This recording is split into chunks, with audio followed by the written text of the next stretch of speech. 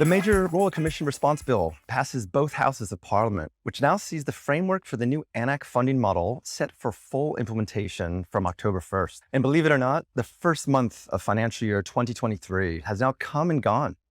The beginning of the month saw rates indexed at 1.7%, which added $3.28 to the industry's average daily subsidy. Organic growth over the course of the month added an additional 26 cents, bringing average daily subsidy for the sector to 195.66. Total claiming activity came back over the July period, with the impact of the winter outbreak hitting services and their available capacity to focus on their related funding assessment activities. The not-for-profits retreated nearly 1.3% on their voluntary claiming activities, and the for-profits achieved just over 2% of their submissions as voluntary in the month of July. Now, revenue teams and ACFI coordinators will certainly be feeling the stretch on their available capacity, as many providers are trying to manage ANAC reclassification processes at the same time as continuing their ongoing ACFI assessment activities. The percentage of claims greater than 12 months decreased slightly for the industry, with a split response across July between the not-for-profits and the for-profit providers. Now, the sector has just about 1/3 of their residents' Medicare claims greater than 12 months of age in the system. Now, with fewer reclassification points under ANAC, it will be interesting to see how the age of claims compares once ANAC is live. Only modest growth of pain management claiming continued across July, with the sector now achieving 57.5% of their Medicare claims having a 4B claiming profile. Despite another big month for respite, total occupancy levels fell again throughout July. The sector achieved a further 13% gain of respite bed days usage over July on top of the peak achieved last month.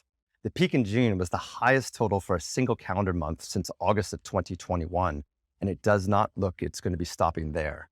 And with that, total occupied bed days slid further in July and is now sitting at 86.6% for the industry. Now, with the reduction in admissions, we saw a continued narrowing of the new versus discharge rates, with all three industry segments continuing their alignment to the $20 a day variance. Now, this metric was relatively stable over the past 3 to 5 years, fluctuating around the $26 mark. But it has reduced by $3 in the last year, and $2 has been in the last few months. Is this entirely a result of more acute residents entering care, or are providers taking a more free-handed approach to the new resident claiming? With occupancy levels falling across all three segments, the for-profit operators achieved only 12.5% of their permanent admissions coming from hospitals in July. This is compared to the 28.5% achieved by the not-for-profit providers during the same period.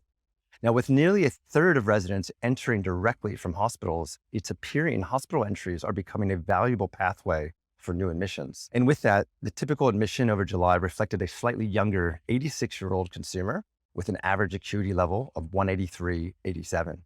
As we enter our first quarter of the improved financial and prudential compliance reporting, providers will need to submit their first quarterly financial report, or QFR, by November 4th.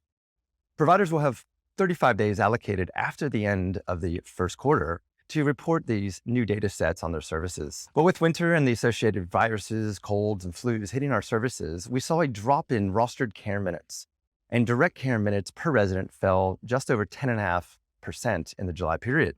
RN minutes fell the most out of the eligible direct care team minute segments, achieving just over 20 minutes in the July period. Now, personal care worker minutes also fell across July and is hovering around the 114 worked on a per resident per day basis. Finally, agency minutes retracted again this month. It appears that this could be led by more of the sector's permanent workforce returning from isolation requirements, or providers also trying to rein in on their agency expenditure.